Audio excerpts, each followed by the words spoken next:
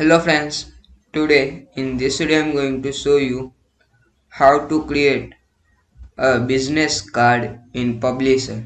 This is very easy and simple method. First, click on file. Here you see file. Click on it and click on new. Here you see search. Click on and here you type business card and press enter. Select it which you want like this. Then click on create.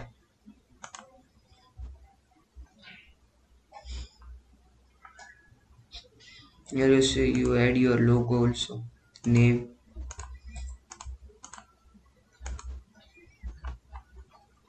So many things are there in. Thanks for watching. Please like, share, comment and subscribe my channel for latest update. Please comment this video useful or not.